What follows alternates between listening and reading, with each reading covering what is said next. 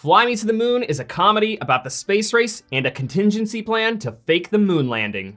This movie takes place in the 1960s where we follow Cole Davis, played by Channing Tatum. He's the launch director for the famous Apollo 11 mission that would send 3 astronauts to the moon for the first time. In an attempt to raise the public's excitement for the mission, the US government hires a very cunning marketing specialist named Kelly, played by Scarlett Johansson. She and her overseer Mo, played by Woody Harrelson, eventually decide that they should film a fake moon landing to broadcast in the event that the mission doesn't pan out. So Kelly orchestrates a top secret film production, all under the nose of NASA. So this is a fun screwball comedy, but at the center of its absurd premise, it's a story about integrity. It's a story of duality between 2 characters with very different moral compasses, one of them who values their integrity and the other who has none whatsoever. Cole is incredibly passionate about the work that he does for NASA and has a strong personal attachment to the mission. But then comes Kelly, who's focused on commercializing Apollo 11 by finding sponsors and creating ads that embellish the details of the mission and those coordinating it.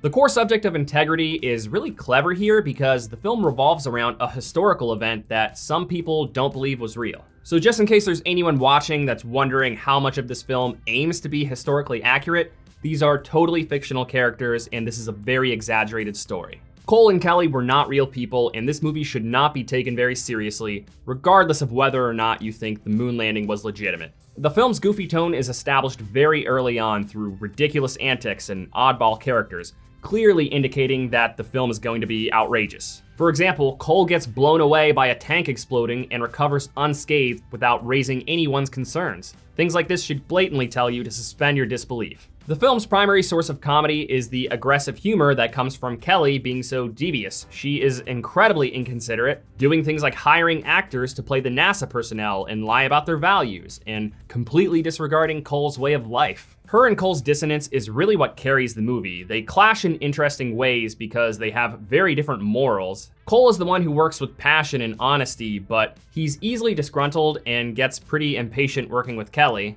And she's the conniving one who sees her stunts as means to an end, but she's actually quite bubbly and enthusiastic. This movie has a lot of witty dialogue. There's plenty of silly banter and clever jabs that characters make at one another. The characters in general are all really fun. For a film about NASA, this movie is very unafraid to depict these characters in a very lighthearted way. Cole is basically the only character who isn't completely animated, and even he occasionally indulges in silly banter. But it's through his passion and struggle that the movie actually has some heart to it. It's definitely not all fun and games. It's occasionally really powerful and sometimes sad. This really balanced the movie out to give it a clever mix of genres, blending rom-com tenderness and aggressive humor to make an outlandish spin on the space race. It actually takes a while for the whole fake moon landing scheme to even come about. I want to say it was somewhere between 40 minutes to an hour in that they actually have the first conversation about it. The bulk of the movie leading up to this revolves around Kelly's absurd marketing schemes and Cole trying to navigate them. Since the whole moon landing scheme is kind of the juiciest part of the film, it might leave you in anticipation a little bit longer than you'd like, but it still has plenty to entertain leading up to that.